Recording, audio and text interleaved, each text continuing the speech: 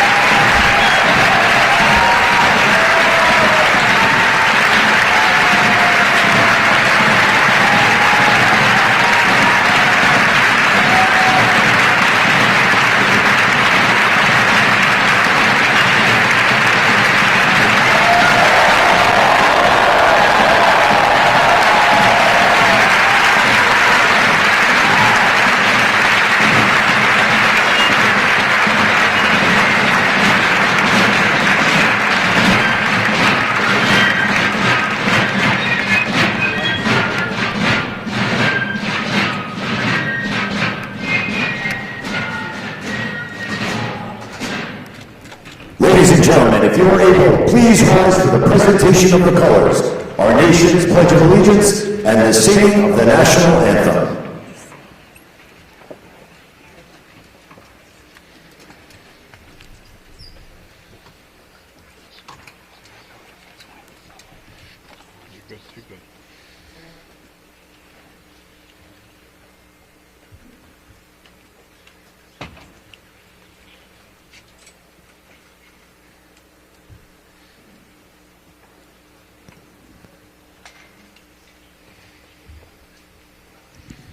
Ladies and gentlemen, please welcome Emerson Crooks, who will lead us in the Pledge of Allegiance.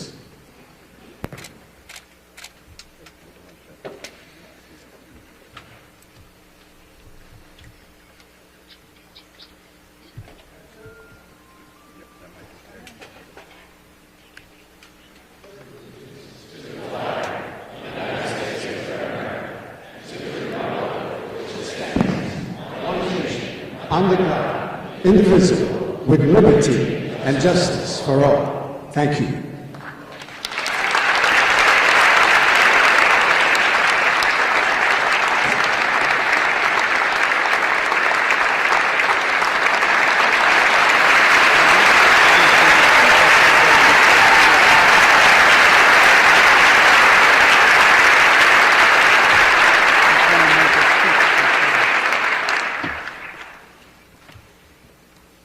Please remain standing for the singing of our national anthem by Ms. Genesis Rincon.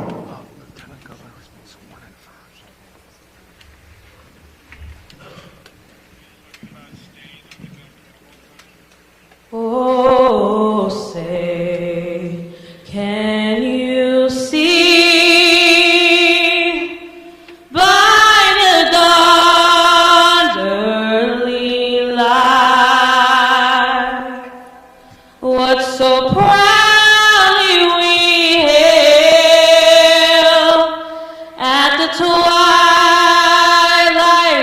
last gleaming, whose broad stripes and bright stars through the perilous fight, oh, the ramparts we watched were so gallantly streaming, and the rockets rattling, the bombs bursting in air, gave proof through the night that our flag was still there. Oh, say, does that star-spangled banner yet wave?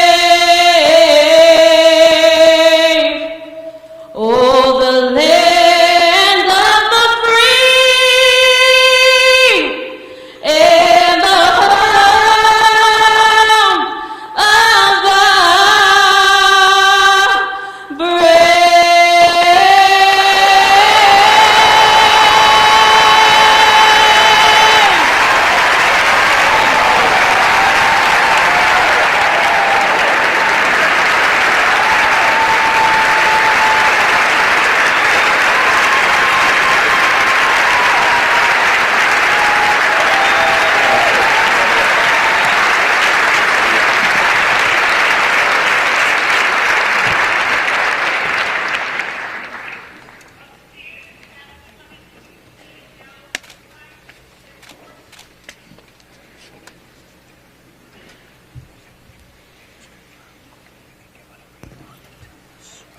Ladies and gentlemen, you may be seated. It is now my pleasure to welcome to the stage Assembly Speaker Craig Coughlin and Senate President Nick Scutari to call the joint session of the legislature to order.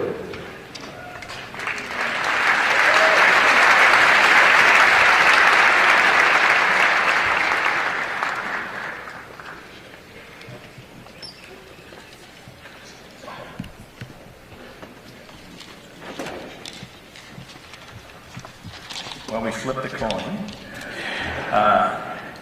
Good morning, everyone, and thank you. On behalf of the great state of New Jersey, the Senate President and I extend our sincere thanks to each of you for being part of this historic inauguration of New Jersey's first female Democratic governor.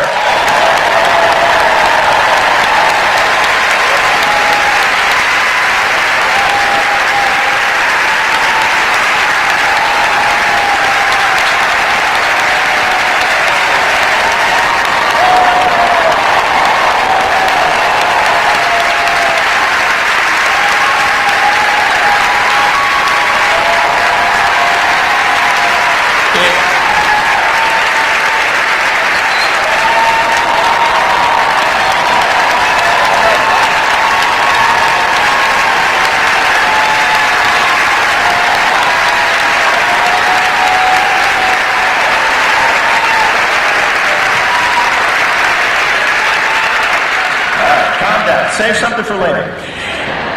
It is a profound privilege to stand here today, hopeful and confident in the continued growth and prosperity of our state. And the last time I'll ever use this phrase, Governor-elect, thank you for letting me be part of this incredible ceremony. Thank you.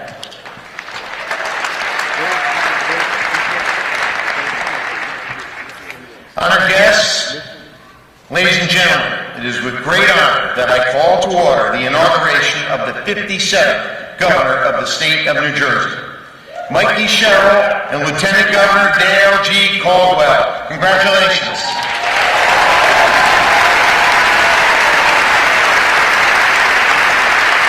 Thank you both. Please welcome Reverend Charles Ford for the invocation.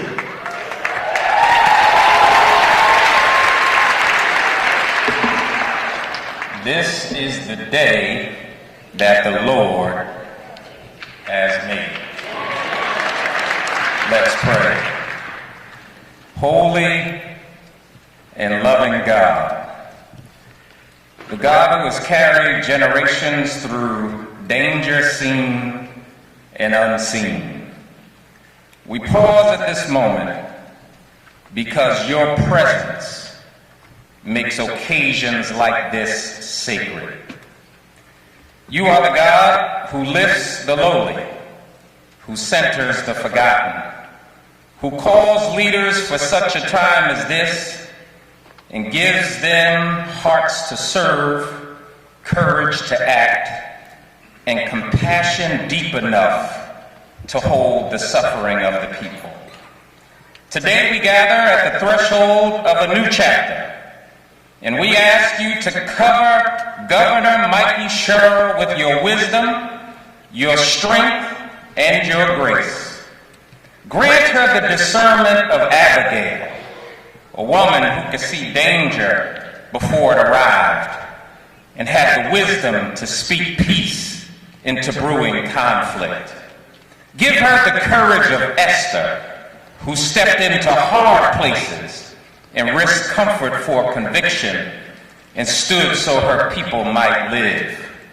Grant her the steadfast love of Ruth, whose loyalty knit communities together and whose tenderness revealed the wideness of your mercy. Endow her with the fire of Deborah, the prophet who led not from pride but from purpose, who rose when her people needed clarity and courage. And crown her with the dignity of Vashti, who stood firm in her God-given worth and refused every form of objectivity and dehumanization. And may she seek wisdom like the Queen of Sheba, always willing to travel beyond the familiar to hear truth, pursue understanding, and embrace insight wherever you reveal it. God bless her family. Strengthen their bond, protect their peace, and surround their home with love that steadies and restores. And God, shape her leadership by your heart for the least of these. May she measure success not by applause, but by how the vulnerable are lifted, how the hungry are fed, how the oppressed taste freedom, and how justice becomes not an aspiration, but a lived reality. And God bless her Lieutenant Governor Dale Caldwell. May the voice of his father Gil speak to him, and may the spirit of their father Morris Brown guide them. Lord, bless everyone under Governor Sherrill's charge. May her administration lead with integrity, choosing righteousness over convenience, truth over comfort, and compassion over calculation. May her administration be marked by transparency, accountability, affordability, and a deep commitment to the common good.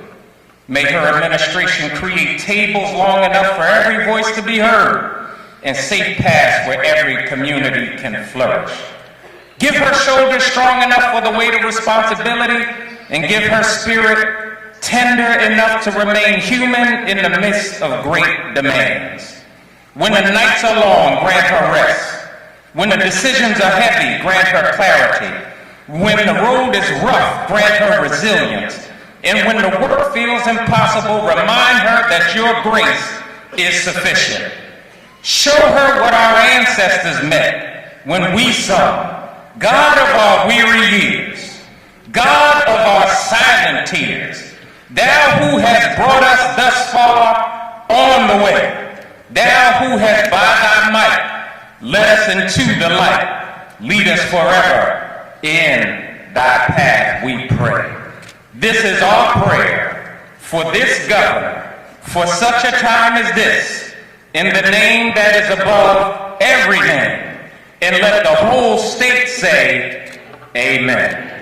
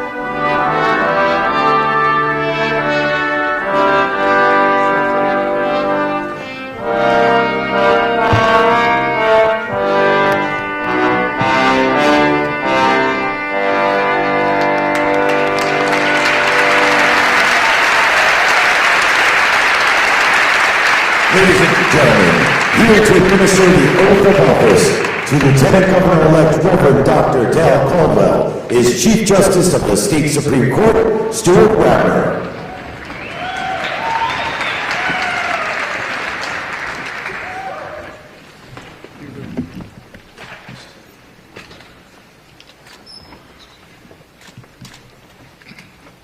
I, Dale G. Caldwell, I, Dale G. Caldwell, do solemnly swear do solemnly swear that I will support the Constitution of the United States that I will support the Constitution of the United States and the Constitution of the State of New Jersey, and the Constitution of the State of New Jersey, and that I will bear true faith and allegiance to the same and I will bear true faith and allegiance to the same and to the governments established in the United States and to the governments established in the United States and in this state and in this state under the authority of the people, under the authority of the people, and that I will faithfully, and that I will faithfully, impartially, impartially, and justly and justly perform all the duties perform all the duties of the office of Lieutenant Governor of the office of Lieutenant Governor according to the best of my ability. according to the best of my abilities. So help me God. So help me God.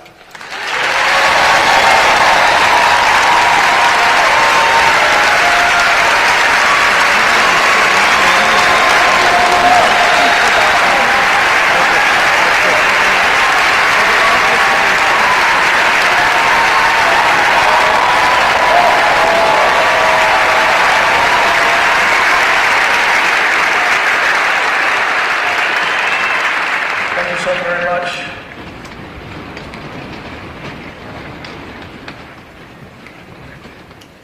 Thank you, Chief Justice Radner and the distinguished justices of our Supreme Court, Senate President Scutari and Speaker Coughlin, Majority Leaders Ruiz and Greenwald, Minority Leaders Bucco and DeMayo, our legislative partners. Thank you, Governor Murphy and Lieutenant Governor Wade, for your dedication to the state of New Jersey for the last 8 years.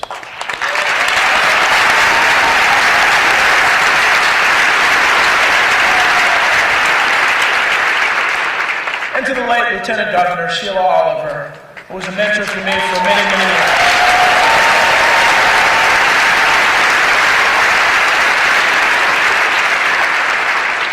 Former Governors Christie, Corzine, McGreevy, DeFrancesco, Whitman, Kane, and former Lieutenant Governor Guadagni.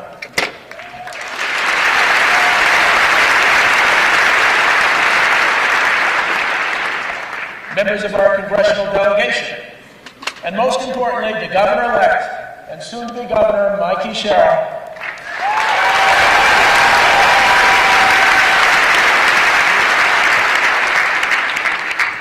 Thank you so very much for asking me to join you on this incredible journey.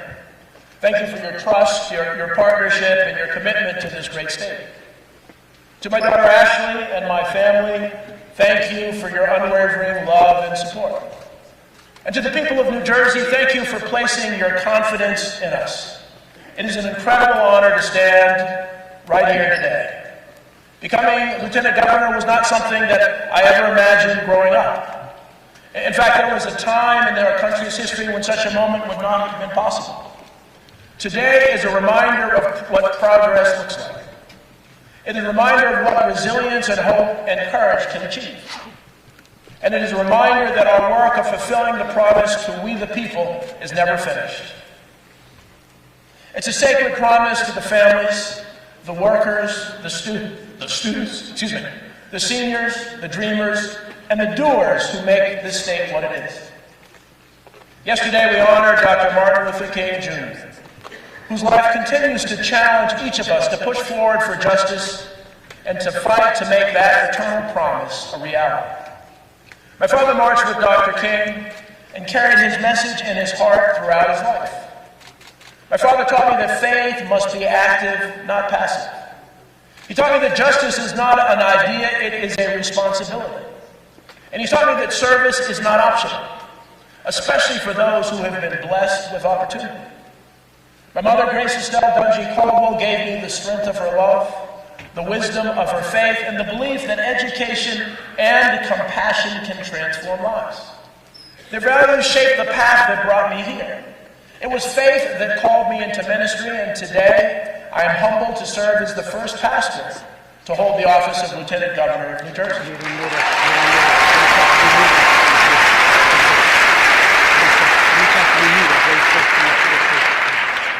was justice that led me to serve on the school board and eventually to lead a college. Because I believe education is the key to opportunity and the foundation of a fair society. It was service that inspired me to help small businesses and community organizations, the churches, the nonprofits, the family-run shops, the people who keep neighborhoods strong and who make our communities come alive. My parents taught me that we must support those who too often go unseen or unheard. They taught me to champion small organizations, small businesses, and hardworking families who carry the weight of our communities on their backs. Proverbs chapter 31, verses 8 to 9 tells us to speak up for those who cannot speak up for themselves, defend the rights of the poor and needy. This verse is more than scripture to me. It is a promise I make to you today.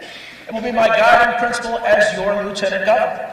It is because of these convictions that I was excited to join Governor Sherrill in leading the state. I've seen firsthand her incredible dedication, her discipline, and her unwavering commitment to the people of New Jersey. I've seen how she has dedicated her life to upholding the Constitution. I know we share a belief that every resident, every child, every family deserves a real chance to thrive. Together, we will work tirelessly to serve the state with integrity, with accountability and compassion. We step into leadership at a time of deep national division and growing anxiety. We've witnessed attacks on rights, freedoms, dignity, and truth. We have seen vulnerable communities targeted and democratic institutions threatened. That is why I am deeply honored to serve not only as Lieutenant Governor, but also as Secretary of State, with the immense responsibility for safeguarding our elections and protecting the right to vote.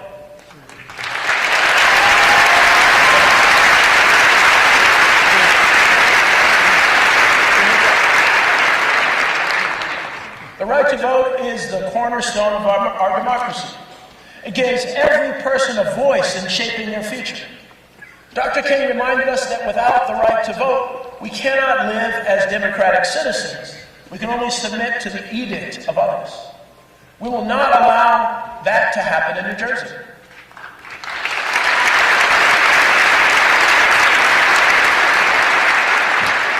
Our administration will defend voting rights and protect the integrity of our elections, and ensure that every eligible New Jerseyan can participate freely, safely, and confidently. But our work cannot stop at protecting democratic rights. We must also restore trust in the institutions of our democracy that serve the public. For too many people, government feels like an obstacle rather than a partner. For many families, the systems designed to support them feel slow, confusing, or indifferent. That's why the first thing we did after winning this election was listen. And the message was clear. The status quo is not working. That is why our administration is focused on lowering costs, strengthening small businesses, and expanding opportunity for every resident. Because that is what responsive leadership looks like.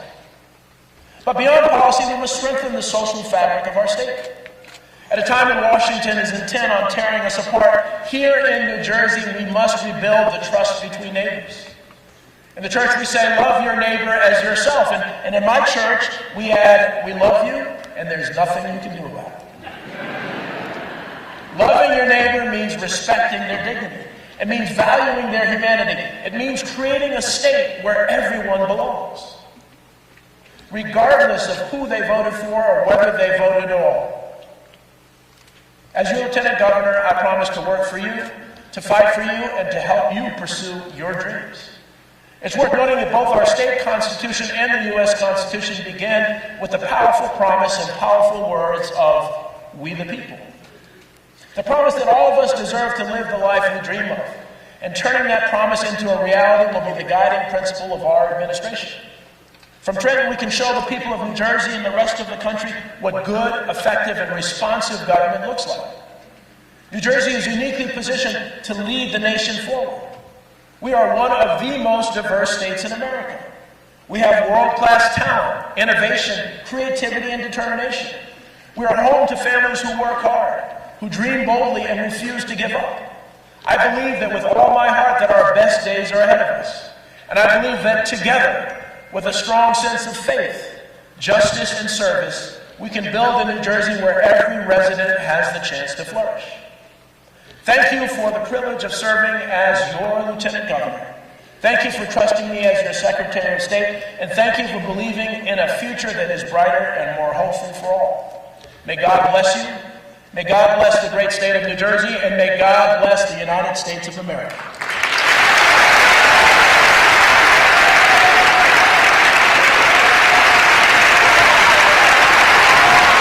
We now welcome New Jersey's third Lieutenant Governor and Secretary of State, Mikie Sherrill, to present the state seal to New Jersey's fourth Lieutenant Governor and Secretary of State, Dale Caldwell.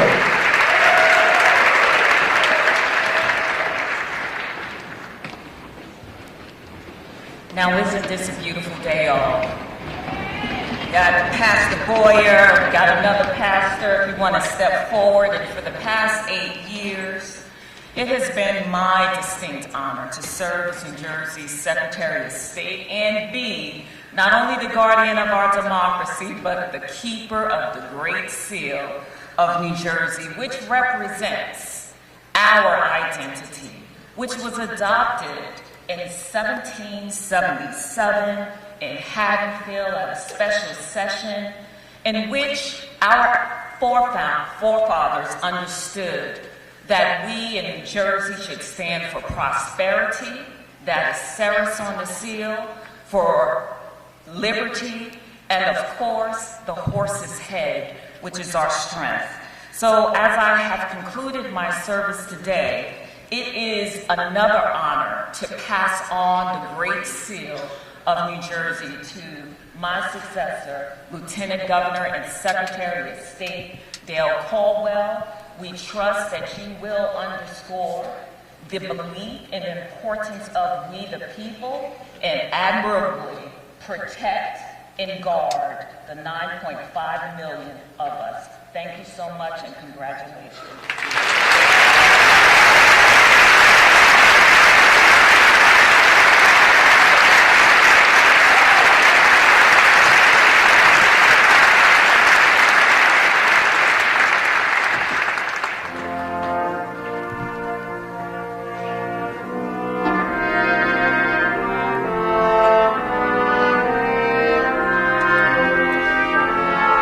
Ladies and gentlemen, the New Jersey State Archivist will now present William Patterson's bound copy of the Constitution of the State of New Jersey, the United States Constitution, and Declaration of Independence to Jason Hedberg, husband of the Governor-elect.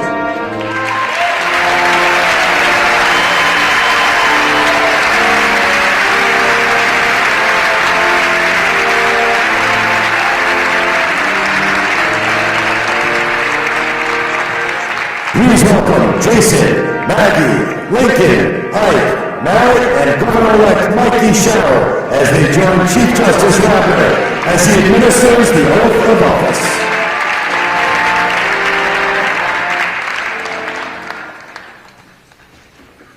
I, Mikie Sherrill, I, Mikie Sherrill, elected Governor of the State of New Jersey, elected Governor of the State of New Jersey, do solemnly promise and swear do solemnly promise and swear that I will support the Constitution of the United States that I will support the Constitution of the United States and the Constitution of the State of New Jersey, and the Constitution of the State of New Jersey, and that I will bear true faith and allegiance to the same and that I will bear true faith and allegiance to the same, and to the governments established in the United States and to the governments established in the United States and in this state and in this state, under the authority of the people, under the authority of the people, and that I will diligently, and that I will diligently, faithfully, faithfully, impartially, justly, justly, and to the best of my knowledge and ability, and to the best of my knowledge and ability, execute the office execute the office in conformity with the powers delegated to me,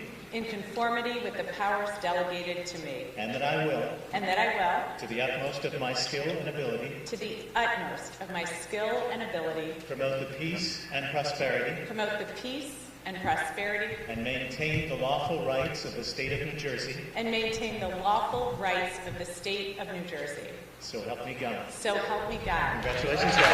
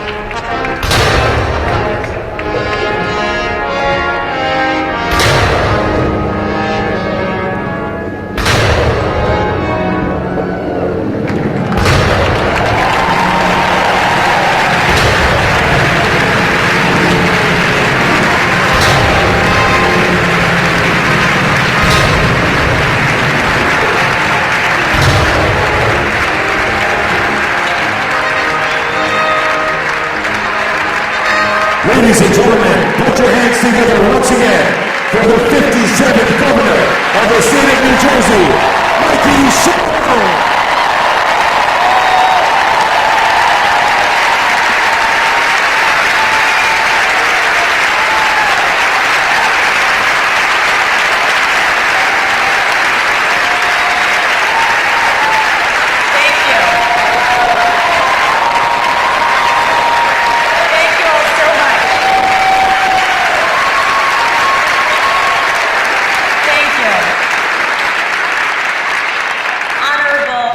Justice and Justices of our Supreme Court, my fellow governors, our esteemed congressional delegation, Mr. Senate President, Mr. Speaker, majority and minority leaders, members of the legislature, elected officials, reverend clergy, honored guests, family, and friends, and most importantly, New Jerseyans up and down the state. I am incredibly honored to be standing before you as the 57th Governor of the State of New Jersey.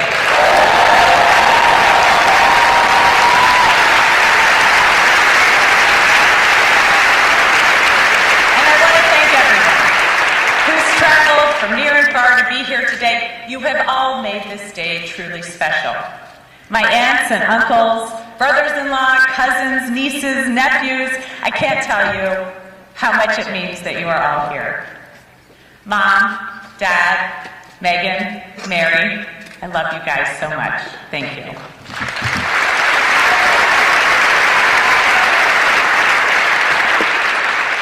My classmates from Hunters Woods Elementary School, Langston Hughes Middle School, and yes, the great South Lakes High School class of 1990. Thank you for being here. Mr. Jenkins, my principal, and Ms. Cascio. Like so many people, I would not be here today without the great mentorship of wonderful teachers. My classmates from the Naval Academy.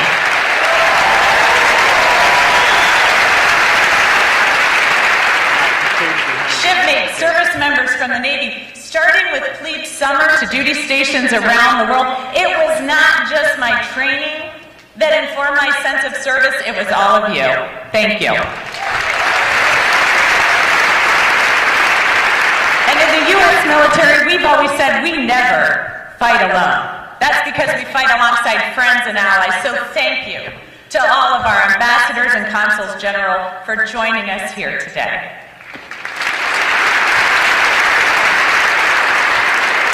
Everyone from the U.S. Attorney's Office working with you right down the street at the Rodino building was an honor. And despite the troubles that our former office is now facing, I know your dedication to justice is unwavering.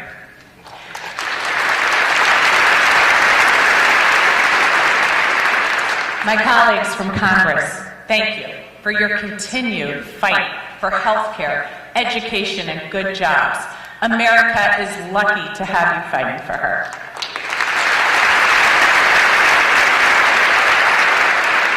I want to give a special thank you to Governor Phil Murphy and First Lady Tammy Murphy.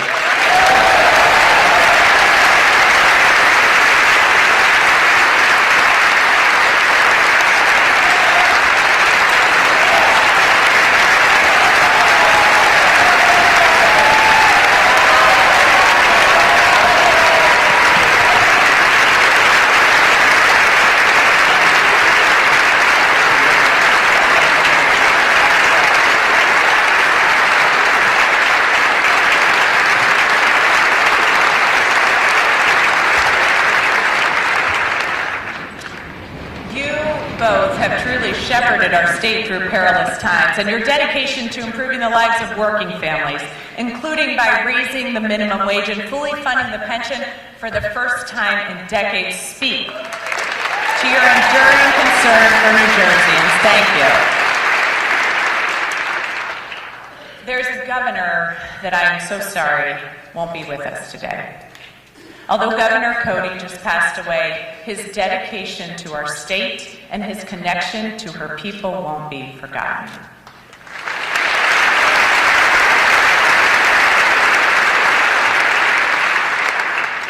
I want to thank Essex County Executive Joe DiVincenzo and Mayor Raz Baraka. Thank you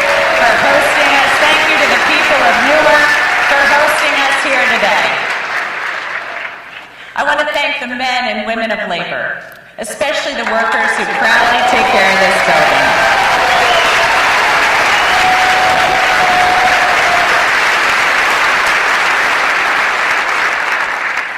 And congratulations to our Lieutenant Governor, Dr. Dale Caldwell, and to his daughter, Ashley. I am so incredibly lucky to have a partner like you, and I look forward to making history with you today.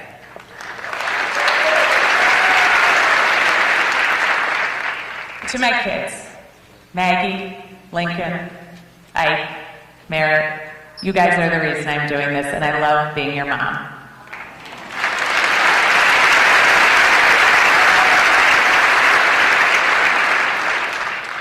And finally, to my husband, Jason, you are a steady hand in the chaos of raising 4 kids, running multiple elections. You offer sage and sometimes not sage advice. You've been a true partner in the challenges we've taken on. You are amazing, and I love you.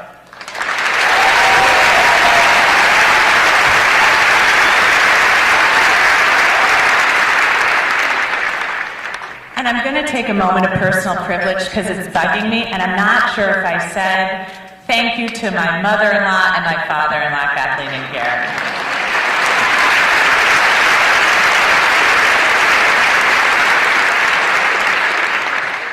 Quite frankly, thank you to every single person here today. I value your support as we embark upon this administration and the challenges ahead.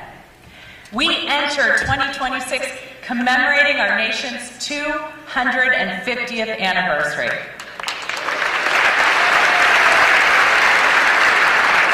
New Jersey has been at the heart of our American story, the crossroads of the Revolution, the site of our first major victory at the Battle of Trenton, the first state to sign the Bill of Rights. So I am honored as we gather here today that we do so with New Jersey's original parchment copy of the Constitution on stage with us, one of only 13 known to be in existence.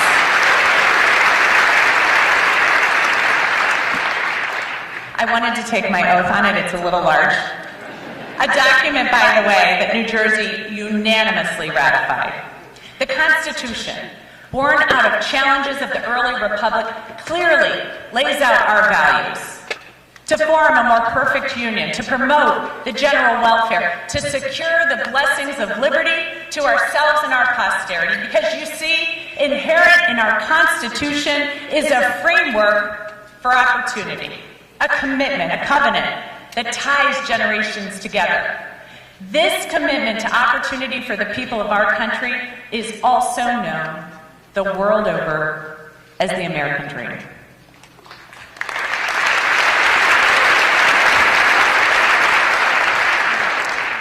And like so many families, my American story did not begin that auspiciously. From what relatives have told me, it includes people fleeing a famine, others fleeing religious persecution, and even once they arrived here, the road to success was uneven.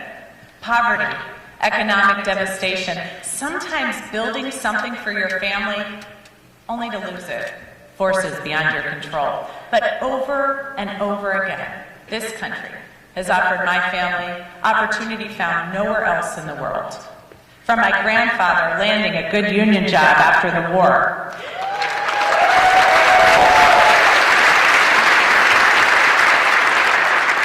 to my opportunities in the first class of women eligible for combat roles in the Navy. The American dream starts with opening a door. With an understanding that no matter who your parents are, where you're from, what religion you practice or ethnicity you claim, the doors to opportunity in this country should be open to everyone. That is the story of New Jersey.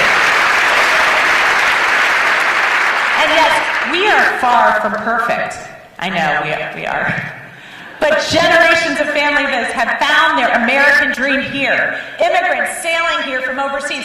Black families leaving the South to come here to find work. People from all over the country and all over the world, again and again and again, finding opportunity here. That's because New Jersey is an incredibly special place.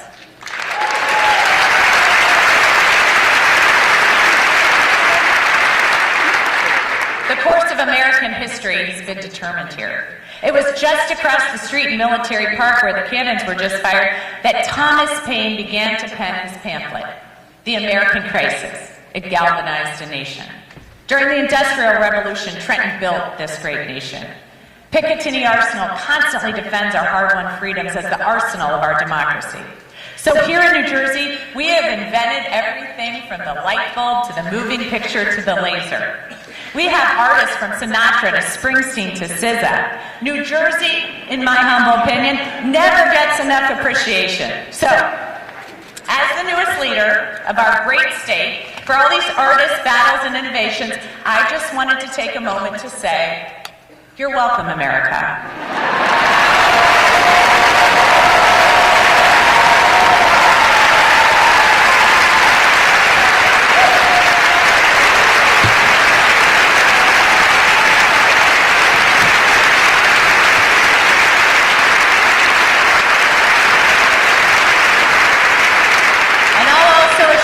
That our state will continue our great history of standing in the breach when our nation needs us.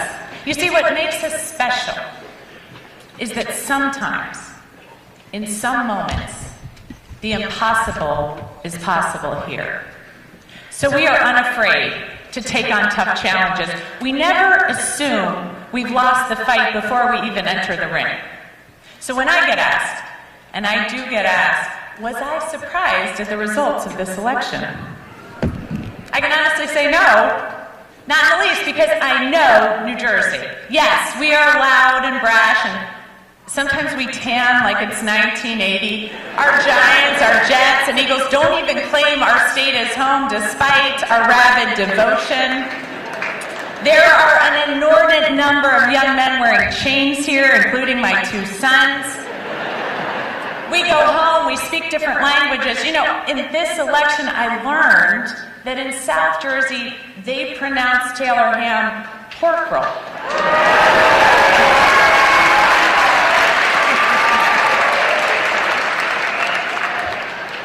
But we all go home at night, and we hug our kids, and we worry about them. We worry about our parents. We worry about ourselves and our future. But because we live here, we refuse to give in to fear or despair. That spirit, defiant, yet always looking to the future, has always defined us. In fact, not too far away, in the greater Camden metropolitan region, in a place called Philadelphia, Thomas Jefferson wrote a Declaration of our Independence, marking the birth of this great nation. This entirely unique and revolutionary declaration claimed human beings had universal rights to life, to liberty, to the pursuit of happiness, not because of who their parents were, but because every human being is endowed with these rights by their Creator, not by a king.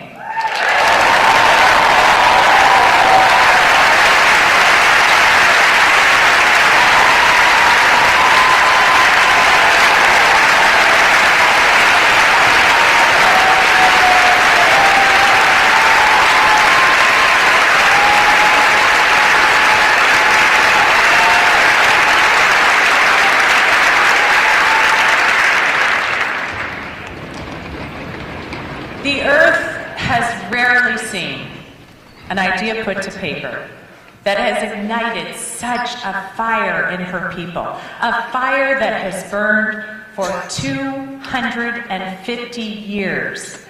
As enslaved people, women, oppressed people from around the world and from every walk of life read our founding documents and demanded their own path to those same universal rights. Our declaration denounces tyranny and listed those attacks on our rights committed by England's king. The list of grievances in our Declaration of Independence included these charges against the king. He has refused his assent to laws.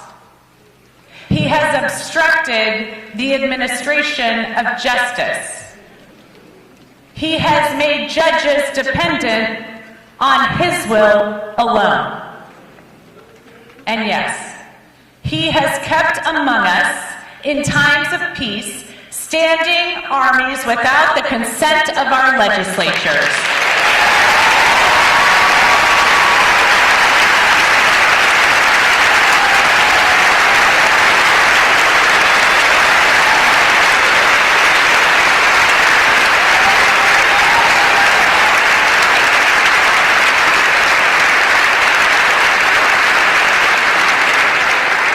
And this election proved that the people of New Jersey recognize the parallels. That we see a president illegally usurping power, unconstitutionally enacting a tariff regime to make billions for himself and his family, while everyone else sees their costs go higher. Here, we demand people in public service actually serve the public, instead of buying themselves planes and cars and extorting money.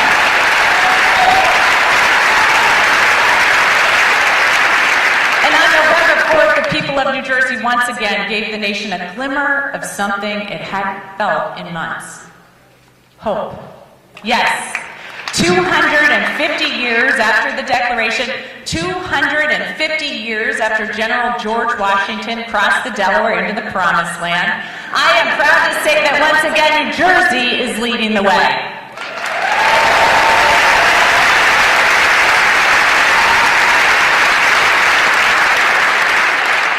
Our freedoms, and we believe in the promise of opportunity. And I want you to know that I will be fighting for you. And I hope, New Jersey, you'll remember me when you open up your electric bill and it hasn't gone up by 20%. I can promise you it won't be because I waste your money on a ballroom at Drumthwacket.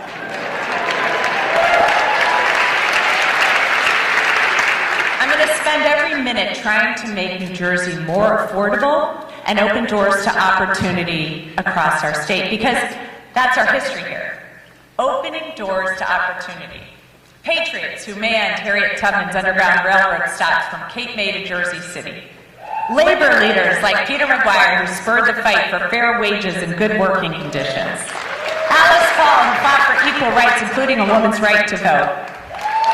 And Rabbi Joachim Prince, who fled Nazi occupation, marched with Dr. Martin Luther King, and reminded us that the most urgent, the most disgraceful, the most shameful, and the most tragic problem is silence.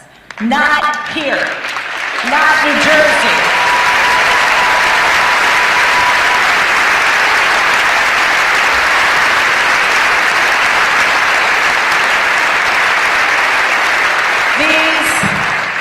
These are some weary, weary years.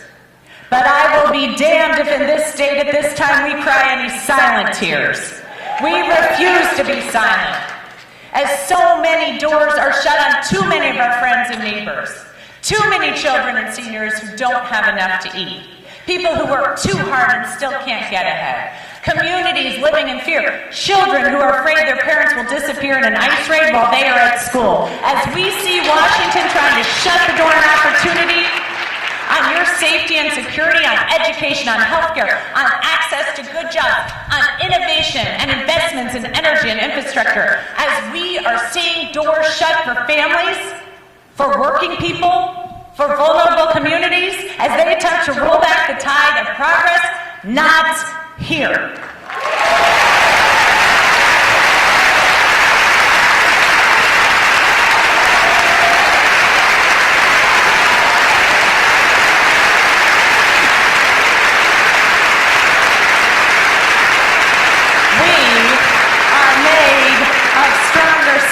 Here. We are going to keep the doors open for your family. The doors that were opened for my family that led to me being here today. We're keeping the doors open and helping small business owners like Chuck, who owns a coffee shop and beer brewery in Clarksboro. We're keeping the doors open for Nadia, who owns a small restaurant in West New York, and Bill, who runs a barber shop in Trenton. We're keeping the doors open for Chris, a laborer in Jersey City who's trying to raise his kids and support his parents.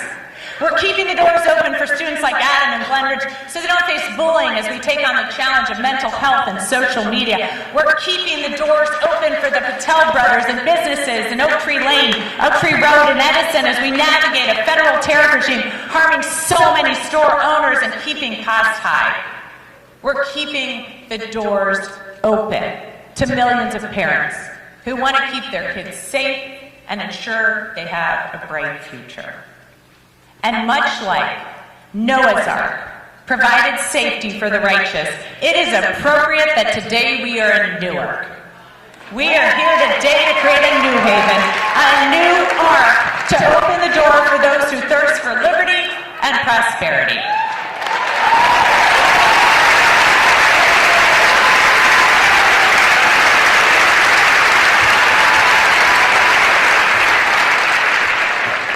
Who seeks to strengthen our democracy, strengthen our economy, and strengthen our families. And the key to all of this is opportunity. It's not a guarantee for success. It's a guarantee of a shot. And New Jerseyans know that. That's why our state always punches above its weight. Because we know exactly what we can do if we are given a shot. We can lead scientific innovation, create art that moves millions, build small businesses to lift up entire communities, and homes to pass on to our kids. But for families to succeed, they need to be able to afford to live here, to thrive in New Jersey. And in too many cases, the promises from politicians to open doors to opportunity have been empty. Platitudes that don't address the key issues keeping families up at night. But I promise, as your governor, if it's keeping you up at night, it's going to be keeping me up at night.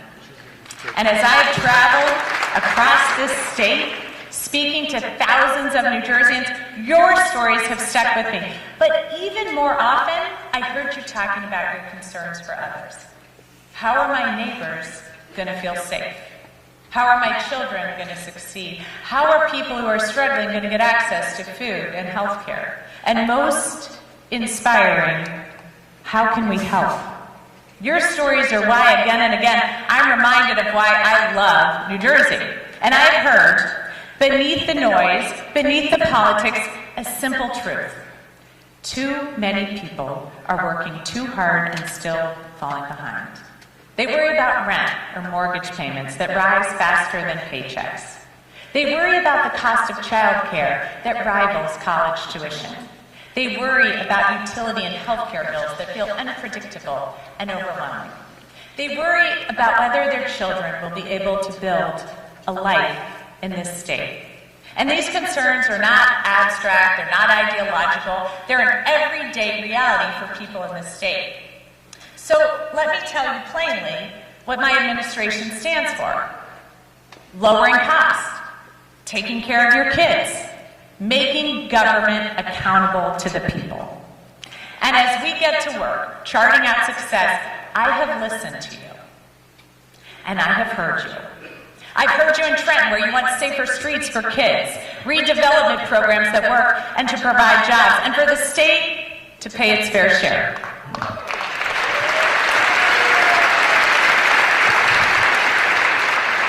I've heard you in South Jersey, where you want jobs and transportation investments, innovative businesses, and not to be forgotten or left behind. I've heard you in Hudson County, where you want housing you can afford and to open small businesses without costly bureaucracy and red tape. I've heard you, New Jersey. We're facing an affordability crisis, and you want costs to come down. And you want that to begin today. You don't want a strongly worded letter, you don't want a 10-year study, and you don't want empty words. In short, you are sick of the status quo. Well, guess what, guys? So am I. So right now, yes, before I even begin this speech, or finish this speech, sorry. Just making sure you're paying attention.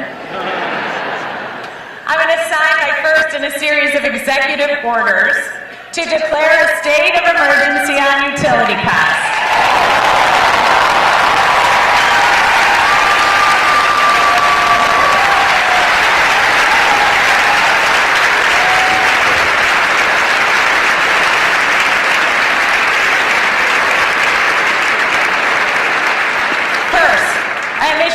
issuing an executive order giving the New Jersey Board of Public Utilities the authority to pause new utility requests for additional rate increases, and I will freeze rate hikes to finally provide families with real relief on their energy bills.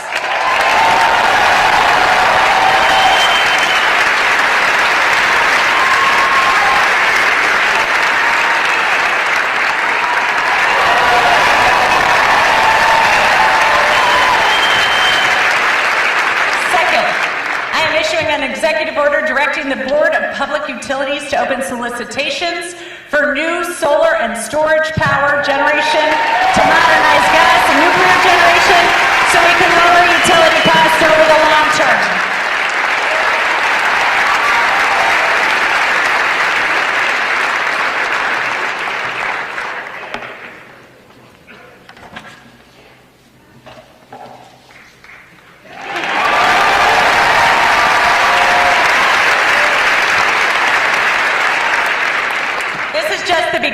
Not of my speech, of my work.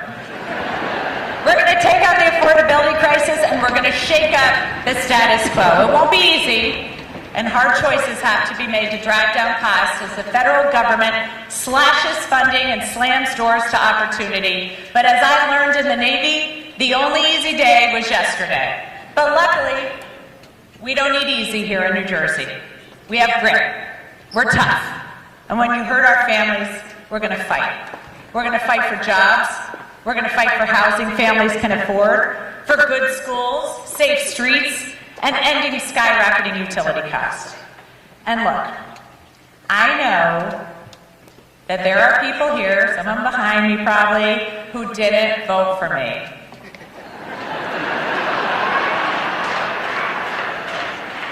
And I know some of you are going to be in my office yelling at me one day about some disagreements, and yet, as we sit here today, I'm ready to fight to ensure that you can do just that, without fear of reprisal or worry that you'll be investigated or unfairly prosecuted.